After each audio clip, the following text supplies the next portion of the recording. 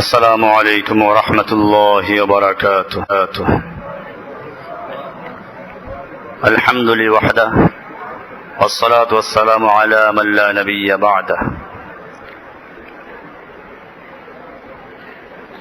আল্লাহ সুবহানাহু ওয়া তাআলার মহান দরবারে লাখ শুকরিয়া জ্ঞাপন করছি, যিনি আমাদেরকে জুমার পরে ইলমে দ্বীন অর্জন করার জন্য আবার বসার তৌফিক এনায়েত করেছেন। এজন্য মহান আল্লাহ সুবহানাহু ওয়া তাআলার দরবারে শুকরগুজার হচ্ছি, আলহামদুলিল্লাহ। আজকের আলোচ্য বিষয় ওয়াসাতিয়্যাতুল ইসলাম বাইনাল আদিয়ান।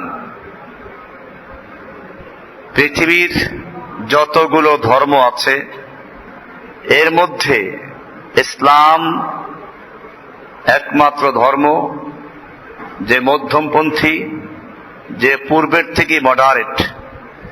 একে মডারেট করার কোনো প্রয়োজন নাই। সুতরাং যারা ইসলামকে মডারেট করতে চায় তারা মূলত ইসলামকে ধ্বংসই করতে চায়। এজন্য আজকের আলোচ্য বিষয় হচ্ছে ইসলাম এর মধ্যম পন্থা অন্যান্য ধর্মের তুলনায়। কোরআনুল কারীমে আল্লাহ সুবহানাহু ওয়া তাআলা এ সম্পর্কে বলেছেন, ওয়াকাযালিকা জাআলনাকুম উম্মাতান ওয়াসাতান লিতাকুনু শুহাদাআ আলান নাস ওয়া ইয়াকুনার রাসূলু আলাইকুম শাহীদা। সূরা বাকারা আল্লাহ সুবহানাহু ওয়া তাআলা এই আয়াতে বলছেন, ওয়াকাযালিকা জাআলনাকুম উম্মাতান ওয়াসাতা, আমি তোমাদেরকে এক মধ্যমপন্থী জাতি হিসাবে সৃষ্টি করেছি। উম্মাতান ওয়াসাতান, মধ্যমপন্থী। লিতাকুনু শুহাদা আলান নাস, যাতে তোমরা মানুষের বিপক্ষে সাক্ষী হয়ে দাঁড়াতে পারো। ওয়া ইয়াকুনার রাসূল আলাইকুম শাহীদা, এবং রাসূল তোমাদের প্রতি সাক্ষী হবেন। তোমরা মানুষের প্রতি এবং রাসূল তোমাদের উপরে সাক্ষী হবেন। তোমরা সেই ইসলামের সৌন্দর্যতা, ইসলামের মধ্যম পন্থা হওয়াকে কতটুকু প্রচার করেছো, অনুসরণ করেছো এবং সত্যের সাক্ষী হয়েছ। প্রত্যেকটা মুমিন এক একজন সত্যের সাক্ষী। কোরআন এখানে বলেছে লিতাকুনু শুহাদা আলান নাস, যাতে করে মানুষের উপর তোমরা সাক্ষী হতে পারো। এজন্য প্রতিটি মুমিন এক একজন সত্যের সাক্ষী। ইসলামের মধ্যে বাড়াবাড়িও নেই, ছাড়াছাড়িও নেই। বিভিন্ন ধর্মের মধ্যে কোন ধর্মে আছে বাড়াবাড়ি, কোন ধর্মে আছে ছাড়াছাড়ি। ইসলাম সেদিক থেকে মধ্যম পন্থায় অবস্থান করছে। মুসলিমদের আকীদা ইহুদি খ্রিস্টানদের আকীদার মাঝামাঝি। ইহুদির মধ্যে আছে বাড়াবাড়ি, খ্রিস্টানদের মধ্যে আছে ছাড়াছাড়ি। এবং উভয় পক্ষই আল্লাহর কিতাবকে পরিবর্তন করেছে। ইহুদিরাও পরিবর্তন করেছে, খ্রিস্টানরাও পরিবর্তন করেছে। ইহুদিরা বাড়াবাড়ি করতে করতে নবীদেরকে হত্যা করেছে, জেলে ঢুকিয়েছে।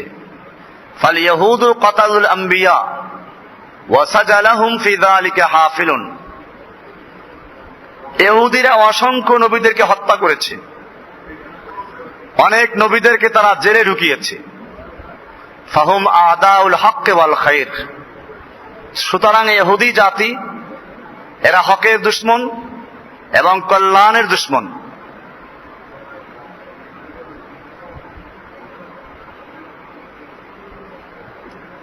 ইহুদিরা ঈসা আলাইহিস সালামকে হত্যার চক্রান্ত করেছিল, খ্রিস্টানরা চক্রান্ত করেছিল। আবার ইহুদিরা ইয়াহইয়া আলাইহিস সালামকে হত্যা করেছে, জাকারিয়া আলাইহিস সালামকে হত্যা করেছে। কারণ এই নবীরা ওদের অন্যায়ের বিরুদ্ধে, ওদের মুনকারাতের বিরুদ্ধে কথা বলেছিলেন, সেজন্যই এরা নবীদেরকে হত্যা করেছে।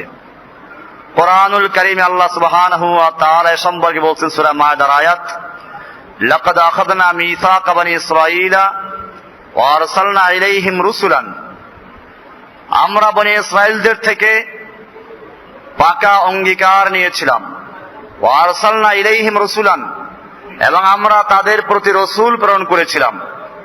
কুল্লামা জাআহুম রাসূলুম বিমা লা তাহওয়া আনফুসুহুম, যখনই তাদের কাছে রসূলগণ আগমন করেছেন এমন কিছু বিধান নিয়ে যে বিধানের কিছু তাদের কাছে অপছন্দনীয় হয়েছে, তাদের প্রবৃত্তি, তাদের নফস তা গ্রহণ করতে চায় না, তখন ফরিকান কাযযাবু ওয়া ফরিকান ইয়াকতুলুন, নবীদের মধ্যে তারা কতকগুলোকে হত্যা করেছে এবং কতকগুলো নবীকে তারা মিথ্যা সাব্যস্ত করেছে। মিথ্যাবাদী বলে তারা সমাজে তাদেরকে খাটো করেছে, তাদেরকে পরিচিত করেছে। কোরআনের আরেক আয়াত, সূরা আলে ইমরানের আয়াত, এখানে বলা হচ্ছে ইন্নাল্লাযীনা ইয়াকফুরুনা বিআয়াতিল্লাহি ওয়া ইয়াকতুলুনান নাবিয়্যিনা বিগাইরি হাক্কিন ওয়া ইয়াকতুলুনাল্লাযীনা ইয়া'মুরুনা বিল কিসতি মিনান নাস ফাবাশশিরহুম বিআযাবিন আলীম। আল্লাহ তাআলা বলছেন, যারা আল্লাহর নিদর্শন এবং আল্লাহর আয়াতের সঙ্গে কুফরি করে, ওয়া ইয়াকতুলুনান নাবিয়্যিনা বিগাইরি হাক্কিন, এবং অন্যায়ভাবে যারা নবীদেরকে হত্যা করে, ওয়া ইয়াকতুলুনাল্লাযীনা ইয়া'মুরুনা বিল কিসতি মিনান নাস, এবং যে মানুষেরা মানুষদেরকে সত্যের পথে আহ্বান করে, ন্যায়ের উপরে থাকার জন্য আহ্বান করে, আদেশ করে, তাদেরকে তারা হত্যা করেছে। ফাবাশশিরহুম বিআযাবিন আলীম, আল্লাহ তাআলা বলছেন আপনি ওদেরকে সুসংবাদ দিন মর্মান্তিক কষ্টদায়ক শাস্তির দিকে, সুসংবাদ দিন। এটা এরকমই যেরকম বাচ্চারা দুষ্টুমি করলে তখন বাবারা বলে কি, যে ঠিক আছে এই কাজটা করো, এমন পিটা দেব তখন মজা বুঝবি। তো পিটান দিলে কি মজা বোঝে নাকি? পিটান দিলে শাস্তি বুঝে। বলা হচ্ছে এমন পিটা বোঝে একেবারে মজা বুঝবি তখন। তা আল্লাহ তাআলা এখানে ওদের সঙ্গে কৌতুক করেছেন, ফাবাশশিরহুম বিআযাবিন আলীম, ওদেরকে মর্মান্তিক শাস্তির সুসংবাদ শুনিয়ে দিন। কারণ তারা আল্লাহর নবীদেরকে হত্যা করেছে এবং তারা আল্লাহর নবীদেরকে জাদুঘর বলেছে, পাগল বলেছে। এই জন্য আল্লাহ তাআলা কোরআনের আরেক জায়গায় বলেছেন, সূরা কাহফে বলেছেন, কাবুরাত কালিমাতান তাখরুজু মিন আফওয়াহিহিম ইয়াকুলুনা ইল্লা কাযিবা, যে তাদের মুখের থেকে যে কথা বের হচ্ছে, নবীদেরকে জাদুঘর বলা, নবীদেরকে মিথ্যা অপবাদ দেওয়া, মিথ্যাবাদী বলা, এটা বড় অন্যায়। কাবুরাত, এটা বড় মারাত্মক কথা তারা বলে ফেলেছে। ইয়াকুলুনা ইল্লা কাযিবা, তারা মিথ্যা কথাই বলছে। এরপরে কোরআন শরীফের আরেক জায়গায় আল্লাহ তাআলা ইহুদীদের বিরুদ্ধে বলেছেন, তারা সুলাইমান আলাইহিস সালামকে বলতেন যে সুলাইমান যে রাষ্ট্র পরিচালনা করেন এটা জাদুর মাধ্যমে। এবং ঘটনাক্রমে সুলাইমান আলাইহিস সালাতু ওয়াস সালাম এর সময় ছিল জাদুকরদের প্রভাব। উনি জাদুর বই পুস্তকগুলোকে জমা করে এক জায়গায় পুঁতে রেখেছিলেন ওনার সিংহাসনের কাছাকাছি কোনো জায়গায়। ওনার মৃত্যুর পরে শয়তানরা পেল সুযোগ। শয়তানরা এসে ওদের আলেমদেরকে, ওদের নেতাদেরকে জানিয়ে দিল যে দেখো, সুলাইমান যে তোমাদের উপর রাজত্ব করেছে, সমস্ত মাখলুক তার আনুগত্য করেছে, এর কারণ কি তোমরা জানো?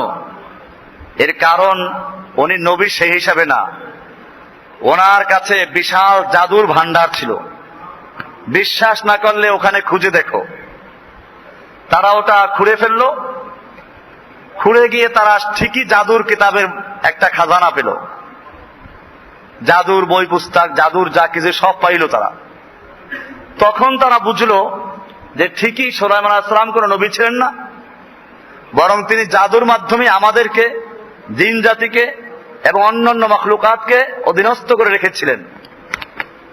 আল্লাহ সুবহানাহু ওয়া তাআলা তার প্রতিবাদ করলেন। কোরআনের সূরা বাকারার এই আয়াত আল্লাহ তাআলা বিস্তারিত করে নাযিল করলেন, ওয়াত্তাবাউ মা তাতলুশ শায়াতিনু আলা মুলকি সুলাইমান। এই ইহুদিরা সুলাইমান আলাইহিস সালামের যুগে, অর্থাৎ তারপরে শয়তানরা যা কিছু পাঠ করেছে ওই লোকেরা তার অনুসরণ করেছে। আমা কাফারা সুলাইমান, সুলাইমান আলাইহিস সালাম কুফরি করেন নাই। বোঝা গেল জাদু শিখা, জাদু করা কি, আল্লাহ তাআলা আগে বললেন জাদু সম্পর্কে। এরপরে তারা সুলাইমানকে জাদুঘর বলেছিল, কাফের তো বলে নাই। আল্লাহ তাআলা বললেন যে ওমা কাফারা সুলাইমান, সুলাইমান আলাইহিস সালাম কুফরি করেন নাই, কাফের হন নাই। ওয়ালাকিন্না শায়াতিনা কাফারু, বরং শয়তানরা কুফরি করেছে। ইউআল্লিমুনা আন-নাস আস-সিহরা, তারা মানুষদেরকে সেহের, জাদু শিখিয়েছে। আমা উনজিলা আলাল মালাকাইনি বিবাবিলা হারুত ওয়া মারুত, এবং তারা মানুষদেরকে শিক্ষা দিয়েছে ওই জিনিস যা আল্লাহ তাআলা নাজিল করেছিলেন দুইজন ফেরেশতার উপরে বাবুল এলাকায়, হারুত এবং মারুতের প্রতি। মূলত হারুত এবং মারুতকে আল্লাহ তাআলা এই জাদুর বিদ্যা দিয়ে পাঠিয়েছিলেন পরীক্ষার জন্য। এটা বিস্তারিত এখানে আছে। ওয়ামা ইউআল্লিমানি মিন আহাদিন হাত্তা ইয়াকুলা ইন্নামা নাহনু ফিতনাতুন ফালা তাকফুর। তারা মানুষকে বলতেন পরিষ্কার যে দেখো আমরা আল্লাহর পক্ষ থেকে পরীক্ষা হয়ে এসেছি, কাজেই তোমরা কুফরি করো না, জাদু শিখো না। তারপরেও লোকেরা শিখতো, কি শিখতো? ফায়াতাআল্লামুনা মিনহুমা মা ইউফাররিকুনা বিহি বাইনাল মারই ওয়া যাওজিহি, তারা ওই ফেরেশতাদের থেকে শিখতো এমন জিনিস যার মাধ্যমে স্বামী স্ত্রীর মধ্যে বিচ্ছেদ ঘটায়। ওয়ামা হুম বিদাররিনা বিহি মিন আহাদিন ইল্লা বিইذنিল্লাহ। তবে এটা তোমাদের বিশ্বাস করতে হবে যে তারা এর জাদুর মাধ্যমেও কোনো ক্ষতি করতে পারে না আল্লাহর হুকুম ছাড়া। তো এটা জানার পরেও তারা জাদু শিখতো। ইয়াতাআল্লামুনা মা ইয়াদুররুহুম ওয়া লা ইয়ানফাউহুম, তারা এমন জিনিস শিখতো যা তাদের ক্ষতি করত, উপকারে তাদের আসবে না। ওয়ালাকাদ আলিমু লামান ইশতারাহু মা লাহু ফিল আখিরাতি মিন খালাক, আল্লাহ তাআলা বলছেন যে তারা নিশ্চয় জেনেছিল যে তারা যে জিনিসকে ক্রয় করছে এতে তাদের আখিরাতে কোনো হিস্সা থাকবে না। ওয়ালাবিসা মা শারাউ বিহি আনফুসাহুম লাউ কানু ইয়ালামুন, তারা যে জিনিসের বিনিময়ে তারা নিজেদেরকে বিক্রি করছে এটা বড় খারাপ জিনিস। তো জাদু সম্পর্কে আল্লাহ তাআলা এরকম বললেন। এবং সুলাইমান আলাইহিস সালাম যে জাদু করেন নাই বা জাদু দিয়ে শাসন চালান নাই সে বিষয়টা আল্লাহ তাআলা ক্লিয়ার করে দিলেন। কিন্তু ইহুদিরা, এই কুফফাররা সুলাইমান আলাইহিস সালামকে জাদুকর বলে আখ্যায়িত করেছে। অপরদিকে আমরা দেখি খ্রিস্টানরা, তারা একদিকে ছাড়াছাড়িও করেছে, বাড়াবাড়িও করেছে।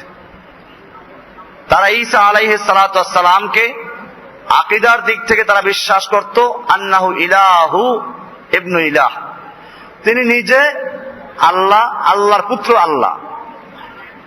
ওদের আকীদা বিভিন্ন ভাবে আছে। খ্রিস্টানদের আকীদা হচ্ছে ইন্নাল্লাহা সালিসু সালাসা, তিনটা শক্তি মিলে হচ্ছে আল্লাহ। আল্লাহ কোনো একক সত্তার নাম নয়, আল্লাহ হচ্ছেন তিনের তৃতীয়, সালিসু সালাসা। ঈসা আলাইহিস সালাম, মারিয়াম, আল্লাহ, এই তিনের মাধ্যমে তিনের সমন্বয় হচ্ছে আল্লাহ। সেই হিসেবে আল্লাহ হচ্ছেন তিনের তৃতীয়। আবার তারা বিশ্বাস করত ঈসা আলাইহিস সালাম আল্লাহর পুত্র। কোরআনুল কারীমে আল্লাহ সুবহানাহু ওয়া তাআলা এই ইহুদি খ্রিস্টানদের উভয় জাতিকে কাফের এবং গোমরা বলে আখ্যায়িত করেছেন। সূরা তাওবার এই আয়াতগুলো স্পষ্ট করছে। ওয়াকালাতিল ইয়াহুদু উযাইর ইবনুল্লাহ, ইহুদিরা বলতো উযাইর আল্লাহর পুত্র। উযাইর একজন নবী ছিলেন। তিনি একটা ময়দান দিয়ে যাচ্ছিলেন যেখানে আল্লাহ তাআলা কোন জাতিকে ধ্বংস করে দিয়েছেন। তো ওখান দিয়ে যাওয়ার সময় উনি মনে মনে ভাবলেন কাইফা ইউহিল্লাহু হাযিহি বা'দা মাউতিহা, এই জনপদ ধ্বংস করে দেওয়ার পরে আল্লাহ কেমনে জীবিত করবেন। তো ওনার মনে মনে এই চিন্তা আসলো।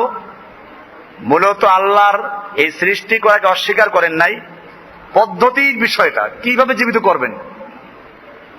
আল্লাহ তাআলা তো আলিম বিযাতি সুদূর, মনের খবর জানেন। উনি নবী, নবীর মধ্যে যদি এরকম কোন বিষয় চলে আসে এটা মারাত্মক জিনিস। আল্লাহ তাআলা সঙ্গে সঙ্গে বললেন মুতু, মর, মরে গেলেন। ওনার সঙ্গে খাবার দাবার ছিল, আর একটা গাধা ছিল, গাধার পিঠে সওয়ার ছিলেন। 100 বছর পরে ওনাকে আল্লাহ তাআলা জীবিত করলেন। এরপরে ওনাকে আল্লাহ জিজ্ঞেস করলেন কতক্ষণ পরে উঠলা? উনি বললেন যে একদিন বা তার আধা দিন। মনে করেন হয়তো সকালবেলা মরে গেছিলেন, আসরের সময় উঠলেন, তো যদি ওই খুচরা সময় না ধরা হয় তাহলে পুরো একদিন, আর খুচরাটুকু বাদ দিলে মানে ধরলে আধা দিন বা তার চেয়ে একটু বেশি। উনি বললেন ইয়ৌমান বা ইয়ৌম, একদিন বা একদিনের কিছু অংশ। আল্লাহ তাআলা বললেন তোমার গাদার দিকে তাকাও, দেখে যে গাদা মরে পচে গলে ওর গোস্তের কোনো চিহ্ন নাই, হাড্ডি গুলো সাদা হয়ে আছে, মনে হয় যেন কত বছর আগের জন্য।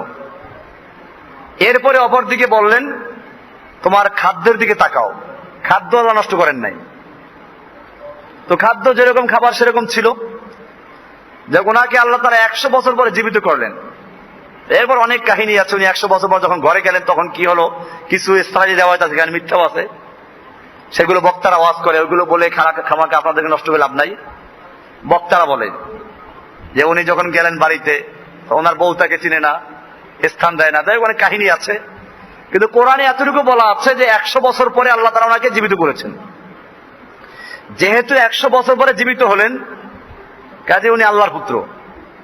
আল্লাহর পুত্র এটা ইহুদিরা সঙ্গে সঙ্গে ফতোয়া দিল। সেই সেখানে যে ওয়াকালাতিল ইয়াহুদু উযায়রুন ইবনুল্লাহ, ইহুদিরা বলে উযায়র হচ্ছে আল্লাহর পুত্র। ওয়াকালাতিন নাসারা আল মাসীহ ইবনুল্লাহ, আর খ্রিস্টানরা বলল যে ঈসা আলাইহিস সালাম আল্লাহর পুত্র। যালিকা কওলুহুম বিআফওয়াহিহিম ইউদাহিউনা কওলাল্লাযিনা কাফারু মিন ক্বাবলু, এরা এদের মুখের কথা এগুলো, এবং তাদের এই কথাগুলো পূর্বের কাফেরদের সঙ্গে মিলে। কাতালাহুমুল্লাহ আন্না ইউফাকুন, আল্লাহ তাআলা বলছেন যে আল্লাহ তাআলা ওদের ধ্বংস করুন, ওরা কোথায় ফিরে যাচ্ছে। ইত্তাখাযু আহবারাহুম ওয়া রুহবানাহুম আরবাবাম মিন দুনিল্লাহি, ওরা ওদের আহবার এবং রুহবানদেরকে আল্লাহর পরিবর্তে রব বানিয়েছে। আহবার আলেম, পণ্ডিত ব্যক্তি, শিক্ষিতরা, আর রুহবান হচ্ছে আবেদে জাহেল, অশিক্ষিত আবেদ। আমাদের সমাজেও দুই রকম লোক পাওয়া যায়, একদল হচ্ছে শাসক গোষ্ঠী, আর একদল হচ্ছে যাজক গোষ্ঠী। এই যাজকদের মধ্যে দুই রকম, এক পথ শিক্ষিত আলেম, আর একদল অশিক্ষিত আবেদে জাহিল, মূর্খ আবেদ। একদল আলেম যারা এই মূর্খ জাহেলদেরকে যারা গোমরা করছে, আর একদল হচ্ছে যারা জাহেল ইবাদত করছে, আল্লাহ নবীর সুন্নাহ সম্পর্কে কোনো কিছু জানে না। মানুষেরা এদেরকে রব বানিয়েছে।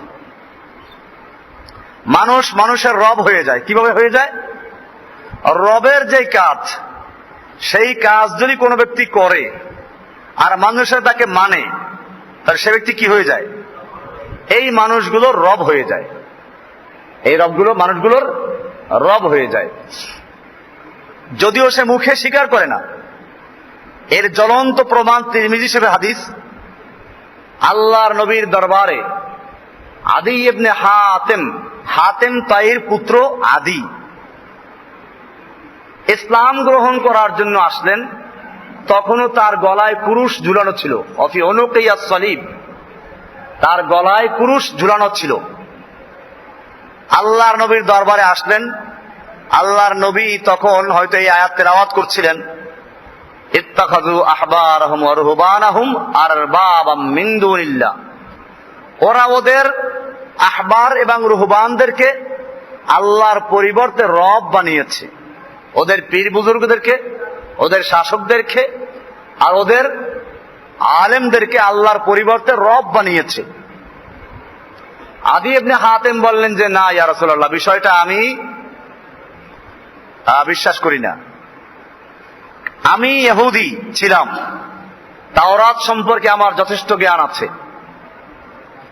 খ্রিস্টান এখন আছি, ইনজিল সম্পর্কে আমার যথেষ্ট জ্ঞান আছে। খ্রিস্টান ইহুদিদের সম্পর্কে আমার জানা আছে। ইহুদি খ্রিস্টানরা তাদের আলেমদেরকে, নবীদেরকে রব বানায় নাই। আল্লাহর রাসূল সাল্লাল্লাহু আলাইহি ওয়াসাল্লাম বললেন, আচ্ছা বলো, ইহুদি আলেমেরা যেটা বলে হালাল আর যেটা বলে হারাম, ইহুদিরা তাদের কথা মতো এটা মেনে নেয় কিনা? বলে হ্যাঁ, তা তো মেনে নেয়। এক্ষেত্রে আল্লাহর বিধান কি তারা যাচাই করে কিনা? না, তা যাচাই করে না। ইহুদি আলেম বললে ওটা কি তারা মেনে নেয়? খ্রিস্টানরাও একই অবস্থা। আলেমরা যেটা সত্য বলে, হক বলে, ওটা হক, যেটা বাতিল বলে সেটা বাতিল। আলেমরা যেটা হালাল বলে ওটা হালাল, যেটা হারাম বলে ওটা হারাম। এবারে আল্লাহর রাসূল সাল্লাল্লাহু আলাইহি ওয়াসাল্লাম বললেন, যদি তাই হয় তো হালাল এবং হারাম ঘোষণা করার মালিক কে? এখন যখন তোমাদের ওই আলেমরা হালাল হারাম ঘোষণা করছে আর তোমরা এটাকে মেনে নিচ্ছ, তো তারা নিজেরা রবের আসনে বসেছে আর তোমরা তাদেরকে রব হিসাবে মেনে নিয়েছো। এই হলো আহবার এবং রুহবানকে রব বানানোর অর্থ। এটা ব্যাখ্যা দিয়ে দিলেন, পরিষ্কার হয়ে গেল মানুষের রব কিভাবে হয়। ফেরাউন নিজেকে রব দাবি করছে এই অর্থেই, নতুবা ফেরাউনের পক্ষে দাবি করা সম্ভব ছিল না যে সে আসমানের রব, আসমান জমিনের রব, চন্দ্র সূর্যের রব। এটা দাবি করলে লোকেরা মানত, লোকেরা বিশ্বাস করতো না। কারণ তুমি যদি চন্দ্র সূর্যের মালিক হও, তা ঠিক আছে, একদিন পিছিয়ে দাও, চন্দ্র সূর্য একটু বিলম্ব করে উঠো। এই সমস্ত ওরা বুঝে যে এগুলো না, এরা রব দাবি করেছিল যে মিশর ভূখণ্ডের সার্বভৌমত্বের মালিক এবং মিশর ভূখণ্ডের কমান্ড দাতা, বিধানদাতা, এই হিসেবে এরা রব ছিল। ঠিক একই কায়দায় আমাদের মধ্যেও এই রব এবং আহবার আছে, আহবার এবং রুহবান আছে। আমাদের সমাজে এখন যারা এই আল্লাহর আইনকে সিরিয়াল ভাবে সিরিজ আকারে পরিবর্তন করছে, একের পর এক পরিবর্তন করছে, একের পর এক আঘাত করে যাচ্ছে এবং মানুষেরা এগুলোকে সমর্থন করছে, মেনে নিচ্ছে, এই লোকগুলো কি হচ্ছে? এদের রব। এই রবগুলোকে মেনে নিচ্ছে। আমাদের সমাজে এখন বহু ইলা, বহু রবের শাসন চলছে, এক রবের শাসন চলে না। এই সবগুলো ইলা হয়ে গেছে, রব হয়ে গেছে। যারা আল্লাহর বিধানকে তোয়াক্কা করে না, আল্লাহর বিধানকে যারা চ্যালেঞ্জ করে, আল্লাহর বিধানকে যারা পরিবর্তন করে, আল্লাহর বিধানকে যারা ভুল বলে আখ্যায়িত করছে, অথবা আল্লাহর বিধান ঠিক আছে কিন্তু এই যুগে চলে না, অথবা আল্লাহর বিধান ঠিক আছে কিন্তু মানুষের জন্য এর চেয়ে ওইটা উপকারী বেশি, এই জাতীয় যে কোনো আকীদা পোষণ করবে সে ব্যক্তি কাফের এবং মুরতাদ। সে ব্যক্তি কি? একদল আহবার এবং রুহবান, একদল সেকুলার, আর একদল আলেম আছে পপুলার। এরা কারা? এরা জানে যেগুলো কুফরি মতবাদ, কিন্তু এগুলো বললে পরে এদেরকে ওরা ভ্যাট দিবে না, দাওয়াত দিবে না, বাবার মৃত্যুবার্ষিকীতে আর দাওয়াত দিবে না, সংসদ ভবনে কোরআন শরীফ পড়ার জন্য আর দাওয়াত দিবে না। এরকম ভাবে ওদের সামাজিক জীবন এদেরকে আর কোন সময় অংশগ্রহণ করতে দিবে না, এদেরকে বরং মৌলবাদী বলবে। এই ভয়েতে ওরা জানে সত্য কি, এটা যে সেকুলারিজম যে ইসলামে না, এটা কুফরি মতবাদ, এটা এদের সালামরা জানে না, সবাই সবাই জানে। তারপরও কিছু বলছে না, কি জন্য? তাহলে এদের কাছে প্রিয় হওয়া যাবে না। এই জাতীয় আলেমদেরকে বলা হয় পপুলার আলেম। ওরা হচ্ছে সেকুলার, এরা কি পপুলার, মানে কি জনপ্রিয় হতে চায়। এই জন্যই এরা জেহাদের অর্থ আসতে একটু ঘুরেই দেয়, যাতে ওরা খুশি হয়। এরা হয়তো আসমানের উপরে কথা বলবে, নইলে কোথায়? জমিনের নিচের কথা বলবে। কারণ এইগুলো বললে কুফাররা কিছু বলবে না। ওরা তো এটাই চায়, ওরা ধর্মের বিরুদ্ধে না, সবটার বিরুদ্ধে না, ওরা চায় যে ধর্ম ঠিক আছে, মসজিদে থাকুক, এ নিয়ে আমাদের কোনো মাথা ব্যথা নাই, রাষ্ট্রের মধ্যে যেন ওরা কোনো হস্তক্ষেপ না করে। এখন ওই বিষয়গুলো যদি আপনি বাদ দিয়ে বলেন, তাহলে মাশাআল্লাহ আপনার কাছে ওরা সবাই হাদিয়া তোফা নিয়ে আসবে। আমাদের হুজুর কত ভালো মানুষ জানেন, হয়তো আসমানের উপরে উঠে দৌড় দেয়, আর নইলে মাটির নিচে দৌড় দেয়, মানে কবরের বয়ান করে, হাসরের বয়ান করে, জান্নাতের বয়ান করে, জাহান্নামের বয়ান করে, আর নইলে আল্লাহ তাআলা খাদ্য দেওয়ার মানে রিজিক দেওয়ার মালিক, এইগুলো বয়ান করে। ঠিক আছে, আমরা বলি এগুলো তো বয়ান দরকার আছে, কিন্তু শুধু এইগুলোর মধ্যে সীমাবদ্ধ করে দেওয়া আর জমিনের উপরের অংশ বাদ দিয়ে দেওয়া। এই যে কাজটা করে এরা কারা করে? এরা জানে নবীওয়ালা কাজ। একটা কথা প্রায় শোনা যায়, নবীওয়ালা কাজ কি? কোরআনকে জিজ্ঞেস করো। কোরআন একাধিক জায়গায় বলেছে, হুয়াল্লাযী আরসালা রাসূলাহু বিল হুদা ওয়া দীনিল হক লিইয়ুযহিরাহু আলাদ দীনি কুল্লিহি। আল্লাহ তাআলা নবী এবং রাসূলদেরকে পাঠিয়েছেন হেদায়েত এবং দ্বীনে হক দিয়ে। কি জন্য? যাতে করে উনি আসমানের উপরে কথা বলবেন না জমিনের নিচে কথা বলবেন। পরিষ্কার বলা আছে, লিইয়ুযহিরাহু আলাদ দীনি কুল্লিহি, যাতে করে সমস্ত মতবাদ এবং সমস্ত দ্বীনের উপরে ইসলামকে বিজয়ী করতে পারেন, দ্বীনকে বিজয়ী করতে পারেন। আল্লাহ তাআলা সেজন্য তাদেরকে দ্বীনে হক দিয়ে প্রেরণ করেছেন। এখন দ্বীনকে বিজয়ী করার কথা বললে সে আর পপুলার হতে পারবে? সে কি আল্লাহর নবী মুহাম্মদ সাল্লাল্লাহু আলাইহি সাল্লামের চেয়ে বেশি আল্লাহর কাছে প্রিয়, জনগণের কাছে প্রিয়? তাহলে আল্লাহর নবী মুহাম্মদ সাল্লাল্লাহু আলাইহি সাল্লামকে নির্যাতন করা হয়েছে, বের করে দেওয়া হয়েছে, হত্যা করা চক্রান্ত করা হয়েছে। এদেরকে করে না কি জন্য? এদেরকে কুফাররা সব জায়গায় যাওয়ার অনুমতি দেয় কি জন্য? কারণ একটা অংশ বাদ দিয়েছে তারা, একটা অংশ। ওই অংশটা যদি পরিষ্কার করে বলা শুরু করে, যখন বলা শুরু করবে তখন থেকে সব দেশের ভিসা বন্ধ হয়ে যাবে। তখন থেকে কুফাররা আর এদেরকে ভ্যাট দিবে না, হাদিয়া তোহফাও দিবে না। এই জন্য খানকাগুলো বন্ধ হয়ে যাবে, দরগাগুলো বন্ধ হয়ে যাবে। এই জন্য মনে রাখতে হবে যে এই পপুলার এবং সেকুলার এই দুই দল লোক আমাদের সামনে আছে। আর তৃতীয় আর এক দল মানুষ আছে, অল্প সংখ্যক লোক, এরা পিওর।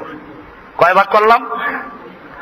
একটা হচ্ছে সেকুলার, আর একটা কি পপুলার, আর এক দল কি পিওর মুসলিম।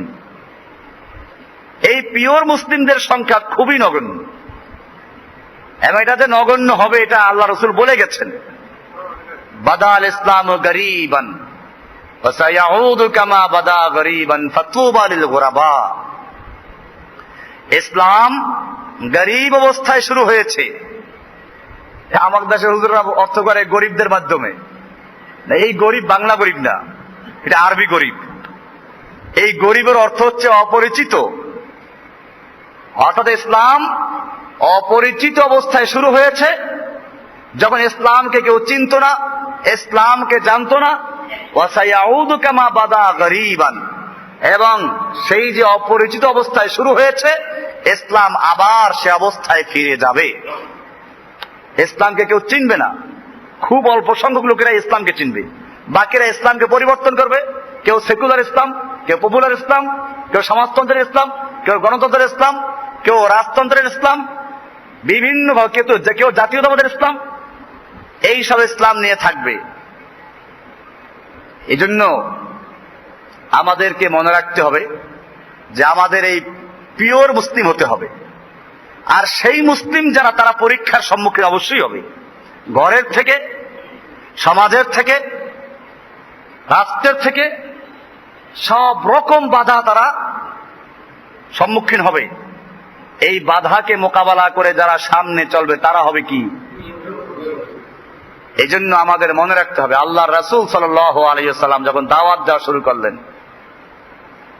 তো ইয়াসেরের পরিবারের উপর নির্যাতন হলো, আম্মারকে নির্যাতন করা হলো, সুমাইয়াকে হত্যা করা হলো, বেলালকে নির্যাতন করা হলো, আল্লাহর রাসূলকে হত্যা করার চক্রান্ত করা হলো, শেষ পর্যন্ত বের করে দেওয়া হলো। এইভাবে যে ব্যক্তি সত্যিকার অর্থে হকের উপরে থাকবে, পিওর মুসলিম হবে, তার এই বাধাগুলো আসবে, এবং সেই বাধাগুলো মোকাবেলা করার জন্য মানসিকভাবে প্রস্তুত থাকতে হবে। আল্লাহ তাআলা সেজন্যই বলছেন, ইত্তাখাযু আহবারাহুম ওয়া রুহবানাহুম আরবাবাম মিন দুনিল্লাহি, যে ওরা ওদের ওলি বুজুর্গদেরকে, আহবার এবং রুহবানদেরকে আল্লাহর পরিবর্তে রব বানিয়েছে। ওয়াল মাসীহ ইবনে মারইয়াম, আর মাসীহ ইবনে মারইয়ামকেও তারা রব বানিয়েছে, আল্লাহ বলে রব বানিয়েছে। অথচ ঈসা আলাইহিস সালাম এটা বলতে বলেন নাই, আমা উমিরু ইল্লা লিয়াবুদু ইলাহান ওয়াহিদা, অথচ তাদেরকে আদেশ করা হয়েছিল একমাত্র এক ইলাহের ইবাদত করার জন্য, লা ইলাহা ইল্লাহু, তিনি ছাড়া আর কোন ইলাহ নেই। সুবহানাহু আম্মা ইউশরিকুন, তারা আল্লাহর সঙ্গে যেগুলোকে শরীক করছে এর থেকে আল্লাহ তাআলা মুক্ত। এইভাবে এরা বাড়াবাড়ি করেছে, এরা সীমা লঙ্ঘন করেছে। আল্লাহ সুবহানাহু ওয়া তাআলা এদেরকে কোন এক ঘটনার ব্যাপারে হুকুম করলেন, একটা গরু জবাই করো। একজন লোক একটা লোককে হত্যা করেছে, বনী ইসরাইলদের। হত্যার বিচার গেল মুসা আলাইহিস সালামের কাছে। বোঝা গেল মুসা, যেটা বললাম, নবীরাই বিচার করতেন, নবীরা শাসন করতেন। মুসা আলাইহিস সালামের কাছে বিচার চলে গেল। উনি আল্লাহর কাছে দোয়া করলেন, আল্লাহ তাআলা বললেন যে একটা গরু জবাই করো। গরু জবাই করে গরুটার কিছু অংশ ওর গায়ে লাগিয়ে দাও, মৃত্যু ব্যক্তির গায়ে। ও বলে দিবে যে কে ওকে হত্যা করেছে। কারণ মূলত যে হত্যা করেছে সে নিজেই এসে মুসার কাছে আবেদন করেছিল। তার চাচা হোক বা যাই হোক, একটা মেয়ে ছিল। এই মেয়েটা বিয়ে করার জন্য তার আকাঙ্ক্ষা ছিল, কিন্তু চাচা ওর কাছে দিবে না। এই জন্য চাচাকে হত্যা করে নিজেই অভিভাবক হয়ে নিয়ে বিয়ে করবে, এই ছিল পরিকল্পনা হয়তো। এই জন্য হত্যা করলো। আল্লাহ নবী মুসার কাছে বিচার চলে আসলো। মুসা আলাইহিস সালাম আল্লাহর থেকে অনুমতি প্রাপ্ত হয়ে বললেন যে একটা গরু জবাই করে ওর গায়ে লাগিয়ে দাও, ও বলে দিবে কে তাকে হত্যা করেছে। এবারে বনী ইসরাইলদের বাড়াবাড়ি দেখেন কেমন হচ্ছে। কোরআনের আয়াত, ইন্নাল্লাহা ইয়া'মুরুকুম, সূরা বাকারাতে আছে। এই বাকারা এই অনুসারী নাম। বাকারা মানে গাভী। ওই যে গাভী জবাই করতে বলেছিলেন সেই নাম অনুসারে বাকারা। ওয়াইদ ক্বালা মূসা লিকওমিহি ইন্নাল্লাহা ইয়া'মুরুকুম আন তাযবাহু বাকারা, আল্লাহ তাআলা তোমাদেরকে হুকুম করেছেন একটা বাকারা জবাই করার জন্য, গাভী জবাই করার জন্য। ক্বালু আতাত্তাখিযুনা হুজুয়া, ওরা বলল কি আপনি আমাদের সঙ্গে কৌতুক করছেন? নবী একটা হুকুম দিলেন, বলছে আপনি আমাদের সঙ্গে কৌতুক করছেন, মজাক করতেছেন। ক্বালা আউযু বিল্লাহি আন আকুনা মিনাল জাহিলিন, আমি আল্লাহর কাছে পানাহ চাই জাহেল হওয়ার থেকে। ক্বালু উদউ লানা রাব্বাকা ইউবাইয়্যিন লানা মা হিয়া, আচ্ছা ঠিক আছে বুঝলাম, আল্লাহর কাছে একটু দোয়া করুন তো, আল্লাহর কাছে জানুন তো যে আল্লাহ তাআলা যে গাভীটা জবাই করতে বলেছেন এটা কি বয়সের হবে।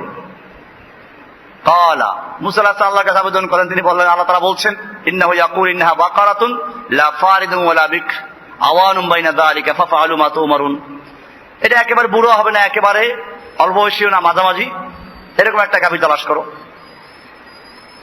ওরা আবার বলল ক্বালু উদউ লানা রাব্বাকা ইউবাইয়্যিন লানা মা লাউনুহা, আচ্ছা মুসা তুমি তোমার রবকে জিজ্ঞেস করো এই গাভীটার কালার কি হতে হবে, রং কি হবে। মুসা আলাইহিস সালাম আল্লাহর কাছে আবেদন করলেন। আল্লাহ তাআলা বলেন ক্বালা ইন্নাহু ইয়াকুলু ইন্নাহা বাকারাতুন সাফরাউ ফাকিউল লাউনুহা তাসুররুন নাযিরিন, এই বাকারা হবে বাকারাতুন সাফরাউ, হলুদ বর্ণের, ফাকিউল লাউনুহা, যার রং একেবারে উজ্জ্বল হবে, তাসুররুন নাযিরিন, যে কেহ দর্শককে, যে কোনো দর্শককে তার এই কালার আনন্দিত করবে। ক্বালু উদউ লানা রাব্বাকা ইউবাইয়্যিন লানা মা হিয়া ইন্নাল বাকারা তাশাবাহা আলাইনা ওয়া ইন্না ইনশাআল্লাহু লামুহতাদুন, আবার বলল মুসা এরকম গাভী তো আমার কাছে অনেক আছে, তো আল্লাহকে জিজ্ঞেস করো এটা কেমন গাভী হবে, মানে এটা কাজে লাগানো হয়েছে এমন গাভী হতে হবে না কখনো কাজে লাগানো হয় নাই এমন হতে হবে। এভাবে প্রশ্ন করতে লাগলো একের পর এক। এইবার অবশ্য বলেছে ওয়া ইন্না ইনশাআল্লাহু লামুহতাদুন, আমরা ইনশাআল্লাহ মানে আল্লাহ চাহে তো হেদায়েত প্রাপ্ত হব। মুসা আলাইহিস সালাম বললেন ইন্নাহু ইয়াকুলু ইন্না বাকারাতুন লা যালুলুন তুসিরুল আরদ ওয়া লা তাসকিল হারস মুসাল্লামাতুন লা শিয়াতা ফিহা, যে আল্লাহ তাআলা বলছেন এটা এমন গাভী হবে যে গাভী কখনো কাজ করে নাই, কাজে লাগানো হয় না, হাল চাষ করে নাই, কোনো পানি সেচের কাজ করে নাই, একেবারে যেটা নির্দোষ, লা শিয়াতা ফিহা, যার মধ্যে কোনো রকম মানে অন্য কোনো কালার নেই, অন্য কোনো দোষ টোষ কিচ্ছু নাই, দাগ নাই, এরকম হতে হবে। এইভাবে তারা প্রশ্ন করে করে এক কঠিন অবস্থা থেকে এখন গাভী তারা তালাশ করতে শুরু করলো। গাভী তালাশ করে কোথাও পাচ্ছে না। তো এইভাবে এরপরে আল্লাহ তাআলার নির্দেশেই একটা গাভী পাওয়া গেল। সে গাভী একটা ইতিম বাচ্চার, আর তার মা আছে। ওই গাভী কিনতে গেলে তারা বুঝতে পারলো, আল্লাহ তাআলা ওদেরকে জানিয়ে দিলেন যে এরা যত মূল্য হোক নিবে। এরা দাম বলে, আরো বলে ঠিক আছে আরো বাড়তে হবে। শেষ পর্যন্ত দেখা যায় যে এই গাভী জবাই করতে গিয়ে দাম নির্ধারণ করা হলো। ওই গাভীটাকে জবাই করলে পরে তার চামড়ায় যে পরিমাণ স্বর্ণমুদ্রা ধরে ওই পরিমাণ স্বর্ণমুদ্রা দিবে, তারপরে এটা বিক্রি করা হবে। এই যে কঠিন করলো, একটা আল্লাহ হুকুম ছিল এখানে যে কোনো একটা গাভীকে জবাই করে গায়ে লাগিয়ে দিলে বলে দিত। এরা এরপরে জবাই করলো, তারপরে লেজের অংশ নিয়ে লাগাই দিল। সে দাঁড়ায় বলল যে ওই যে চাস্তো ভাই, তার কথা বলে দিল যে সে এটাকে হত্যা করেছে। যাই হোক, এই যে বিষয়গুলো আছে আল্লাহ তাআলা এখানে দেখাচ্ছেন যে এই ইহুদি খ্রিস্টানরা কিভাবে বাড়াবাড়ি করেছিল তার কিছু দৃষ্টান্ত আমাদেরকে জানিয়ে দিলেন। ইসলাম ধর্মের মধ্যে এরকম কোনো বিষয় নেই। ইহুদি খ্রিস্টানরা মানুষের মধ্যে ভেদাভেদ সৃষ্টি করত, বড় মানুষদের বিচার করত না, গরিবদের বিচার করত। এ কারণেই ইসলাম যখন আসলো তখন দেখা যায় আল্লাহ রসুলকে তার আবেদন করলো যে ইয়া রাসূলুল্লাহ, আমরা আপনার কথা শুনতে চাই, তবে ওই যে বিলাল হাফসি, সালমা, তারপরে সোহাইব রুমি, এই গরিব সাহাবীরা যে থাকে ওদের সাথে বসতে আমাদের কি হয় না, আমাদের মান সম্মান নষ্ট হবে। আল্লাহ রাসূল সাল্লাল্লাহু আলাইহি ওয়াসাল্লাম তাদের জন্য নির্ধারণ করলেন একটা নির্দিষ্ট সময়, যে ঠিক আছে এটা দিন প্রচারের জন্যই। আল্লাহ রসুল এদেরকে নিয়ে বসে আছেন। একজন অন্ধ সাহাবী, তার বিষয়টা জানা ছিল না। চোখওয়ালা যারা তারা তো দেখতেছেন, তারা অন্য জায়গায় সরে গেছেন। অন্ধ সাহাবী যখন দেখলেন যে এইখানে লোকদেরকে নিয়ে বসে আছেন, উনি দেখেন নাই, উনি ওনার আগের নিয়ম অনুযায়ী বলছেন ইয়া রাসূলুল্লাহ আল্লিমনি মিম্মা আল্লামাকাল্লাহ, হে নবী, আল্লাহ তাআলা আপনাকে যা শিক্ষা দিয়েছেন ওর থেকে আমাকে কিছু শিক্ষা দেন। সাহাবীদের কি সুন্দর প্রশ্ন! আপনার নিজের যোগ্যতা না, আল্লাহ তাআলা আপনাকে যেটা শিক্ষাদান করেছেন ওখান থেকে আমাকে কিছু দেন। তো আল্লাহর নবীদেরকে নিয়ে বসে আছেন। এই সময় এই সাহাবীর আগমনটা আল্লাহর নবী বেশি পছন্দ করেন নাই। তো মানুষ যদি বিরক্ত হয় তো কি হয়? চেহারাটা মলিন হয়ে যায়, কপালে ভাঁজ পড়ে, এরপরে ভুরুটা সংকুচিত হয়ে যায়। এইটাকে আরবিতে বলে আবাসা। কি বলা হয়? মানে মলিন চেহারা। এক কথায় চেহারা মলিন হয়ে যায়, বিরক্ত হওয়া। আল্লাহর নবী ওই সাহাবীকে ভাগাই দিলেন। ওই সাহাবী গিয়ে আল্লাহর কাছে দোয়া করতেন যে আল্লাহ কি অন্যায় করলাম, নবী কেন ভাগাই, তার তো এত কিছু জানা নাই। সঙ্গে সঙ্গে আয়াত নাযিল হয়ে গেল। কোরআনের 30 পারার ভিতরে আছে, 30 নম্বর পারার ভিতরে, আবাসা ওয়া তাওয়াল্লা আন জাআহুল আ'মা। আবাসা, সে তার চেহারা মলিন করেছে। তুমি তোমার চেহারা মলিন করেছে এরকম না, বলছেন কি আবাসা, মানে সে আবাসা ওয়া তাওয়াল্লা, এবং মুখ ফিরিয়ে নিয়েছে। আন জাআহুল আ'মা, যে তার কাছে একজন অন্ধ এসেছে। এরপরে আল্লাহ তাআলা কি বলেন শুনুন, ওয়ামা ইউদরিকা লাআল্লাহু ইয়াযাক্কা, তুমি কি জানো এই তুমি এসে গেছে। তাহলে আগেরটা ওরকম, তার বিরক্ত হলে মানুষ আরেক দিকে ফিরে কি করে, তাকে বকা দেয়। তো এটা আল্লাহ রসুলকে বকা দেওয়া হচ্ছে। আবাসা, সে তার চেহারা ফিরিয়ে নিয়েছে, মলিন করেছে। তাওয়াল্লা, মুখ ফিরিয়ে নিয়েছে। আন জাআহুল আ'মা, যে তার কাছে একজন অন্ধ এসেছে এজন্য। ওয়ামা ইউদরিকা, তুমি কি জানো লাআল্লাহু ইয়াযাক্কা, হয়তো ওই লোকটা তার আত্মাকে শুদ্ধ করবে, পরিচ্ছন্ন করবে, শিরক মুক্ত হবে। আও ইয়াযাক্কারু ফাতানফাউ যিকরা, অথবা সে নসিহত গ্রহণ করবে এবং নসিহত তাকে উপকার করবে। আম্মা মান ইস্তাগনা, অপরদিকে যারা আল্লাহর থেকে বিমুখ, ফাআনতা লাহু তাসাদ্দা, আপনি তাদের পিছনে পড়ে আছেন। ওয়ামা আলাইকা আল্লা ইয়াযাক্কা, আপনার তো কোনো ক্ষতি নাই তারা যদি ফিরে না আসে, তারা যদি নিজেদের আত্মাকে শুদ্ধ না করে, আপনার তো ক্ষতি নাই। ওয়াম্মা মান জাআকা ইয়াসা, যে আপনার কাছে দৌড়ে আসলো, ওয়া হুয়া ইয়াখশা, সে আল্লাহকে ভয় করে, ফাআনতা আনহু তালাহা, আপনি তার থেকে মুখ ফিরিয়ে নিচ্ছেন। এই যে অবস্থাটা, আয়াতগুলো পড়লে বুঝতেছেন যে কেমন বকারা দিল আল্লাহ তাআলা। এতে বোঝা গেল যে আল্লাহর নবী সাল্লাল্লাহু আলাইহি ওয়াসাল্লাম হেদায়েত দেওয়ার মালিক না, হেদায়েত দেওয়ার মালিক কে? আল্লাহ। এই আকীদাগুলো পরিষ্কার রাখা। এর পরের থেকে আল্লাহর নবী যখন ওই সাহাবীকে দেখতেন তখনই তাকে বুকে জড়িয়ে নিতেন আর বলতেন, হাযাল্লাযী আতাবানি রব্বী, এই সেই লোকটা যার কারণে আল্লাহ আমাকে তিরস্কার করেছেন, আল্লাহ আমাকে নিন্দা করেছেন। সেই সাহাবী এই বলে বুকে জড়াই ধরতেন, চুমু খেতেন, হাযাল্লাযী আতাবানি রব্বী। এরকম আরো আছে। আল্লাহ রাসূল সাল্লাল্লাহু আলাইহি ওয়াসাল্লাম যখন বদরের যুদ্ধে বন্দীদের ব্যাপারে পরামর্শ করলেন, ওমর বিন খাত্তাবের এবং আরো অনেক সাহাবীদের রায় ছিল, এরা মক্কার কুফফারদের লিডার, কাফেরদের মগজ, এগুলো মেধা আল্লাহ তাআলা আমাদের হাতে দিয়ে দিয়েছেন, একেবারে জবাই করে দেওয়া হোক। এবং জবাইটা করবে কে? এইখানে অনেকের আত্মীয় আছে, আমরা মুহাজির যারা হিজরত করে এসেছি, যার যে আত্মীয় তাকে তার হাওয়ালা করে দেওয়া হোক। আমার আত্মীয়, ওমর বিন খাত্তাব বলছেন, আমার আত্মীয় আছে অমুক অমুক, ওরে আমার কাছে দেওয়া হোক। এই ছিল ওমর বিন খাত্তাবের রায়।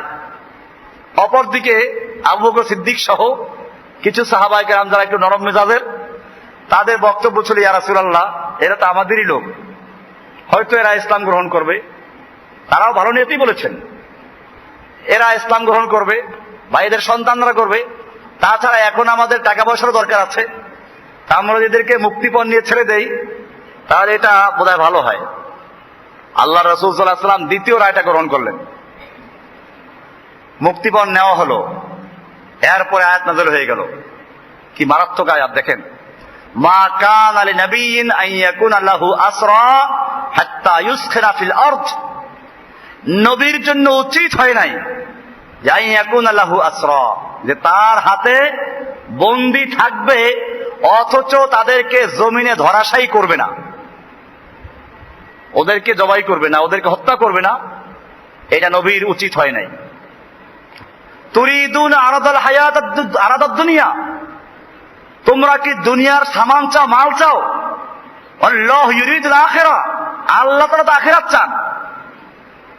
আল্লাহু আজিজুন যু ইন্তিকাম, আজিজুন, আল্লাহ তাআলা কি আজিজ, পরাক্রমশালী, হাকিমুন, মহাজ্ঞানী।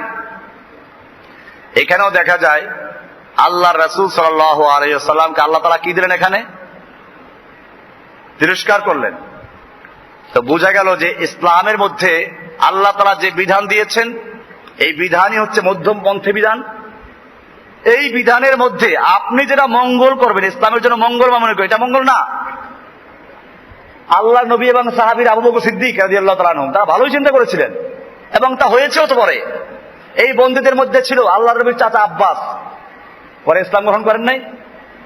এই বন্দীদের মধ্যে অনেকেই ইসলাম গ্রহণ করেছে। তারপরেও আপনি তো ওইটাকেই ভালো মনে করলেন। আমাদেরও অনেকে, আমি দেখছি পাকা মুসলমান, আমি অনেকে পেশ করে দেখেছি যে দুইটা মতের তোমার কাছে কোনটা ভালো হয়, কই এই যে দ্বিতীয়টাই তো ভালো। এরা কোরআনে জানে না যে ঘটনা কোরআনে আছে, বহু মুসলমান আছে কোরআনে এই ঘটনা তারা জানে না। কোরআন কয়জনে পড়ে? কোরআন তো পড়া লাগে না, ওজিফা পড়ে। এরা জানে না এই কাহিনীগুলো। তো দেখা যায় যে আল্লাহর নবী সাল্লাল্লাহু আলাইহি সাল্লামকে আল্লাহ তাআলা এভাবে তিরস্কার করেছেন। এটা এই জন্য যে ইসলামের যে বিধান আল্লাহ তাআলা দিয়েছেন, এটাই মধ্যমপন্থী বিধান, এটাই মডারেট। এইটাকে কেউ মডারেট করতে গেলে সে ইসলাম শেষ করে ফেলবে। এটাকে পরিবর্তন করার সুযোগ নেই, এটাকে সামান্য পিছনে রাখার সুযোগ নেই। আল্লাহর বিধান যেরকম আছে এরকম থাকবে, কিয়ামত পর্যন্তই থাকবে। এবং এই ইসলামেরই দাওয়াত আমাদের পেশ করতে হবে। এই জন্য ইসলাম মধ্যমপন্থী দিন। খ্রিস্টানরা ইসলামকে বেশি ঢিল করেছিল, ইহুদিরা বেশি কড়াকড়ি করেছিল। খ্রিস্টান ছাড়াছাড়ি করেছে, ইহুদি বাড়াবাড়ি করেছে। আল্লাহ সুবহানাহু ওয়া তাআলা সেজন্য এক মধ্যমপন্থী দিন দিয়েছেন, এটার নাম হচ্ছে ইসলাম। সেটা দিয়ে আমরা শুরু করেছিলাম। কোরআন আল্লাহ বলছেন, ওয়াকাযালিকা জাআলনাকুম উম্মাতান ওয়াসাতান, আমি তোমাদেরকে এক মধ্যমপন্থী জাতি হিসেবে সৃষ্টি করেছি, লিতাকুনু শুহাদা আলান নাস, যাতে তোমরা মানুষের উপরে সাক্ষী হতে পারো। এই জন্য আমাদের কাজ হচ্ছে আমরা মধ্যমপন্থী, এটা যেটা আছে এটাই মানতে হবে আমাদেরকে, এবং এই ইসলামের দাওয়াত দিতে হবে এবং সত্যের সাক্ষী হতে হবে। সব জায়গায় সত্য কথা প্রচার করতে হবে। এখন আপনাদের খুব বেশি দায়িত্ব আছে। যখন ইসলামের বিরোধিতা বেশি হয় তখন ইসলামের কাজও আপনাকে বেশি করতে হবে। এজন্য ভয় পেলে চলবে না। আমি আগেও বলেছিলাম যে যত বাধা আসবে তত মুমিনদের আরো কাজ বৃদ্ধি পাবে। আল্লাহর নবী বদরের যুদ্ধে বিজয় লাভ করলেন। কাফেররা সে সময় বলল কি, যে আমরা তো এইবার পরাজিত হলাম, আগামী বছর তোমাদের সঙ্গে এখানে আবার যুদ্ধ হবে, বদরে আবার যুদ্ধ হবে, সেই দিন তোমাদেরকে আমরা উচিত শিক্ষা দেব এবং এই যুদ্ধের প্রতিশোধ নিব। এটা ওহুদের যুদ্ধের পরে বলেছিল, ওহুদের যুদ্ধের পরে, যে বদরে তোমরা আমাদেরকে মার দিয়ে খুব খুশি হয়েছ, তোমাদেরকে আমরা বদরে আবার মার দেব। এই বদরের যুদ্ধের হুমকি দিল তারা।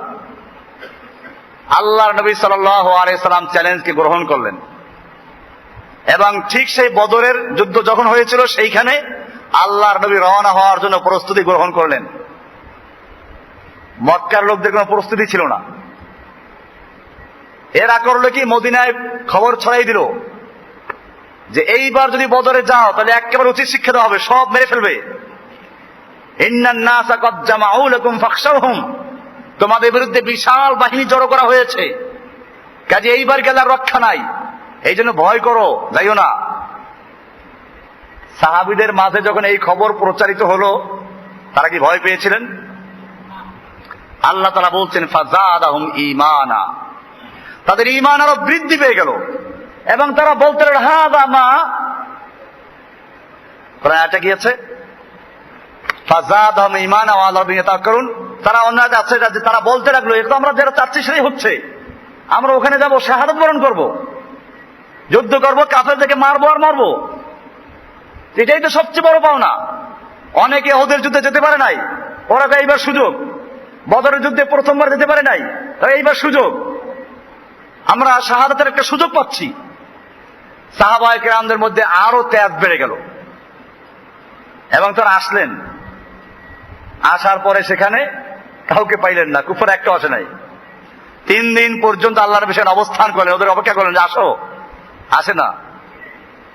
তাহলে মুমিনরা কুফফারদের বিশাল শক্তির কথা শুনে ভয় পায় না, আনন্দিত হয়। কাজে আমাদের মনে সত্যিকার মুমিন যদি হয়ে থাকি, আমাদের মনে রাখতে হবে যে আমাদের ভয় পাওয়ার কোনো কারণ নাই, বরং দুশমনরা ইসলামের যত বিরোধিতা করবে আমাদের কাজের ক্ষেত্র তত আরো বাড়বে। কারণ তখন আমরা বলতে পারবো ক্বাদ তাবায়্যানা আর-রুশদ মিনাল গাই, গুমরাহি এবং হেদায়েত সুস্পষ্ট হয়ে যাবে। তো সেই জন্য আমাদের বেশি করে কাজ করতে হবে। আলহামদুলিল্লাহ আমরা দেখেছি আমাদের অনেক ভাইয়েরা, ছোট ছোট ভাইয়েরা, এরা নিজেরা দাওয়া দিতে পারে না, ওরা একটা ক্যাসেট নিয়ে এক জায়গায় দিয়ে দেয়, তো দেখা যায় যে এক ক্যাসেটে পুরো এক এলাকা পরিবর্তন করে ফেলে। আমি সেদিন চকরিয়া গিয়েছিলাম, গত সপ্তাহে সফর ছিল, দেখে আমাদের চিটাগাং বিশ্ববিদ্যালয়ের অনেক ছেলেরা, আমি ভাবতেও পারি যে এতগুলো লোক সেখানে আমাদের ভাইয়েরা কাজ করছে, চট্টগ্রাম বিশ্ববিদ্যালয়ের অনেক ভাইয়েরা। তো সেদিন একটা প্রোগ্রামে আমরা অনেককে পেয়েছি, এরপর বললো যে আমরা যারা এখানে আছি তার একটা সামান্য অংশ এটা। আগামী 23 তারিখ আবার তাদের সাথে প্রোগ্রাম দেওয়া হয়েছে। তো ইনশাআল্লাহ এইভাবে সারা দেশের যেখানে যায় সেখানেই মুমিনরা সজাগ হচ্ছে, মুমিনরা কাজের উৎসাহ পাচ্ছে এবং তারা হকের উপরে প্রতিষ্ঠিত থাকার জন্য, হককে কায়েম করার জন্য চেষ্টা করছে। এই জন্য আমরা দুর্বল না। আল্লাহ সুবহানাহু ওয়া তাআলা আমাদের সকলকে বিষয়গুলোকে বুঝার এবং আমল করার তৌফিক দান করুন। ওয়া সাল্লাল্লাহু তাআলা আলা নবিয়িনা মুহাম্মাদ ওয়া আলিহি ওয়া সাহবিহি আজমাইন।